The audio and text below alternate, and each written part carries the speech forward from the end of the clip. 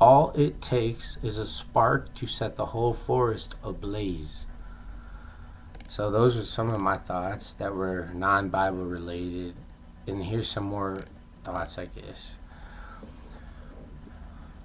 What are the requirements to start a fire? Because this is like a metaphor I like to use. And so I know there's three things it takes to start a fire, right? And it needs air, oxygen, it needs a spark or fuel.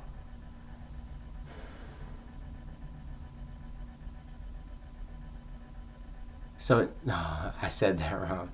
Yeah, so it needs air and oxygen. It needs a spark and it needs fuel separate of oxygen. So I said them, but I said them like there were two instead of three. But yeah, three things. And then with this, we have fire, right? Notice the significance to the number three, which I said two. Ain't this a BB? Hey, I never said I'm perfect, but I'm gonna give my message even if I'm crazy. It's no biggie, bro. I am me. Here I am. This is Nate. What's up, y'all? Okay, but metaphorically using fire, what would be our duty to start a fire, right? That was my question. And it's like, well, the moment we choose to know God, that is how we start our spiritual fire. That is our duty, bro. Okay?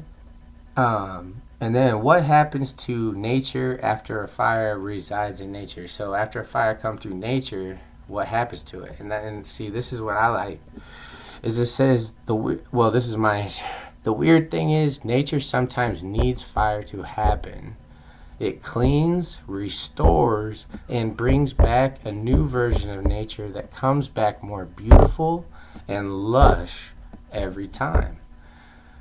This, in my opinion, is also what happens to us when we start our own spiritual fire.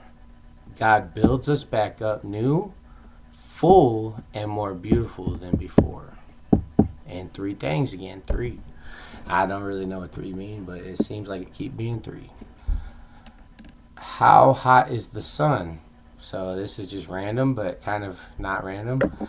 According to Google search, the surface of the sun is 9,940.73 degrees Fahrenheit. Also, according to Google search, there's only one sun in the entire universe. Life depends on the sun, just as all things depend on God. I thought this is an interesting thought. Love as a verb, to love, how to love, based on Bible scriptures, which I feel like these scriptures, they kind of solidify my answers to a degree on the scriptures that came first. It's crazy to me how it did that, but it's just, that's what's cool, and that's why I like to read the Bible. I've never read the Bible from front to back, but I've read a lot of the Bible in the last like 4 years, mainly heavily, and I read it when I was younger, but I count as an adult when I truly have been reading it for my own self to understand it, and it's just been bouncing me around, but it's crazy to me how the story always tells the same. I'm thankful, I'm grateful, and I hope I can keep seeing what this is, and maybe everybody too, if they want. So, Levitations, 1918. Thou shalt not avenge nor bear any love against the children of thy people, but thou shalt love thy neighbor as thyself. I am the Lord also. Noted in Matthew 5:43-54. Okay, so yeah, I put that notes there. That's not something I need. But Deuteronomy 6:5. And thou shalt love the Lord thy God with all thine heart, and with all thy soul, and with all thy might. That's pretty simple, but yet I seem to think it's so hard. Jeez. And also, I thought it was cool because it talks about the number three again, because it says to love the Lord thy God with all the heart, the soul, and the might. Yeah. Three. It's always been my favorite number. They say it's lucky. I'm not born on this day, but hey, shoot. Three still got a pretty important piece to the pie. Three-body problem, yo. Alright. Proverbs 17:17. A friend loveth at all times, and a brother is born for adversity. Ecclesiastes 3:8. A time to love and a time to hate, a time of war and a time for peace. Matthew 5:44. But I say unto you, love your enemies, bless them that they curse you, do good to them that hate you, and pray for them that despitefully use you and persecute you. That's way easier said than done. Like, super tough. Alright. John 15:12. This is my commandment, that ye love one another as I have loved you. I'm trying to figure out what love is.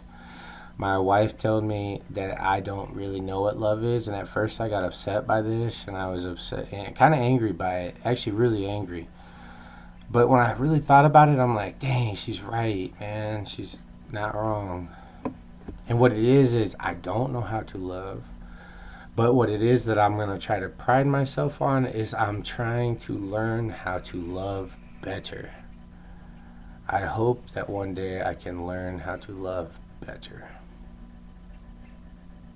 And I feel like each day I do try to do this. And that's cool to me. But that actually was like, wow, my wife challenged me to that one. Thank you. But at the time I never was thankful, bro. Okay. So 1 John 4:7. Beloved, let us love one another, for love is of God, and everyone that loveth is born from God and knoweth God. God is love. That's cool. 1 John 4:19. We love him because he first loved us. God is life. God is life. So, I wanted this to be my first video I fully create for my YouTube, and this is what I'm hoping my channel may give to whoever feels it. I want to close my reading by reading Psalm 63, and I want everyone that saw this video or cared to see this video, like, love, bro. Kindness. Got this. Be strong to be strange. But I'm going to open up Psalm 63.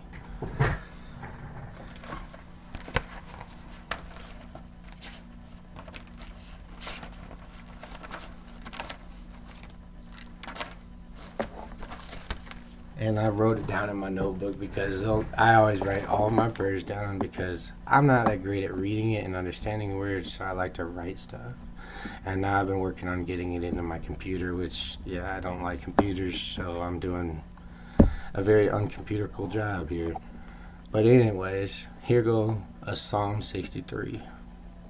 A psalm of David when he was in the wilderness of Judah. O God, thou art my God.